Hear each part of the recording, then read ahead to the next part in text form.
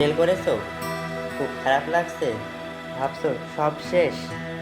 না, আসল শেষ তখনই যখন তুমি চেষ্টা করো না। ফেল করা খারাপ না, চেষ্টা না করাটা আসল ব্যর্থতা।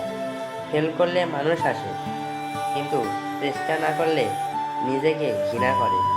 সবাই বলে ফেল করলে তুই শেষ, কিন্তু আমি বলি যে চেষ্টা করে না সেই শেষ। Because Real ফেলোয়ার is not felling, it's refusing to stand back up.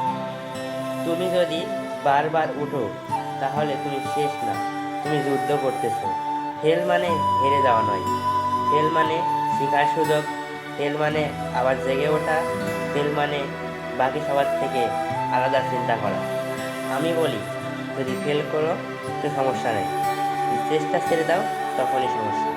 এবার বলো, ফেল করাটা খারাপ না চেষ্টা না করাটা